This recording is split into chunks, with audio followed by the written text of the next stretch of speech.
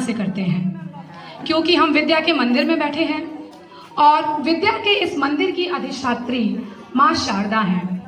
इसीलिए हम अपने मिशन शक्ति के कार्यक्रम का शुभारंभ सरस्वती वंदना से करेंगे। और अब हमारे विद्यालय की बच्चियां आप सबके सम्मुख प्रस्तुत कर रही हैं सरस्वती वंदना।